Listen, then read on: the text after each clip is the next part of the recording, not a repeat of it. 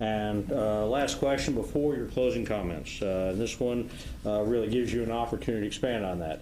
What one point have you not been asked to discuss that you want to discuss? And we'll start with you, Bill.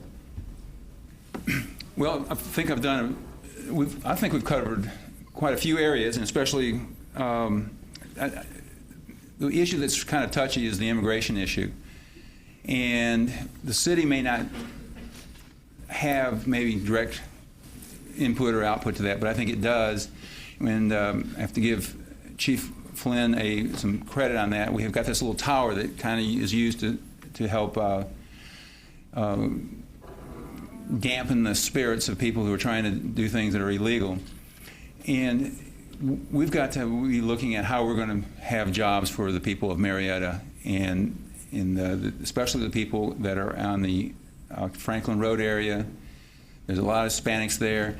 There's also a lot of blacks there that are citizens, and we need to be protecting our own citizens, and especially the corridor of the Franklin area. Thank you. Could you repeat the question? The question is, what one point have you not been asked that you wish to discuss? Okay.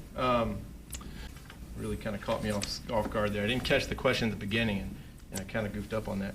I guess that one of the big things that I hear a lot is talking about ethics in our government. And one thing that I'd like everybody here to know is that we've actually applied at the beginning of this year to become a city of ethics, at least as a designation from the Georgia Municipal Association.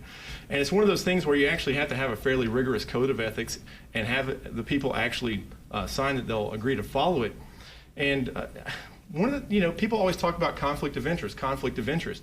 If we got this approval in, I think it was August, to be a city of ethics, then obviously we have the ordinance in place to actually follow a code of ethics. And I guess it's really our job now to do two things.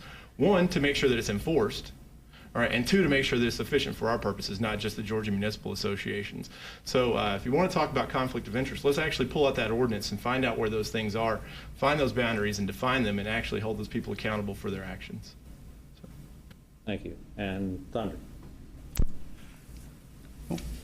One thing I'd like to talk about is just, excuse me, just how blessed we are in this county. This city and this county is. I think we're sitting here. We have a Marietta Housing Authority that just opened up the retreat, just a block and a half over this way, which brought some affordable elderly housing to downtown Marietta in very rough economic times. We have the infrastructure in place. We have at least, from Hedgewood to right around the city, we have 3 projects that are just ready to go, and then we have 4 or 5 other builders who not with no fault on them that slow down. So I think we're in a good situation.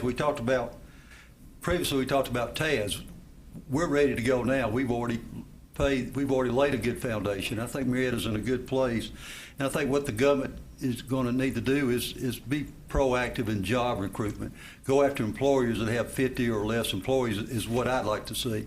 And use the mayor and the council and business leaders and with Marietta Housing and Marietta Board of Lights and Water and recruit people.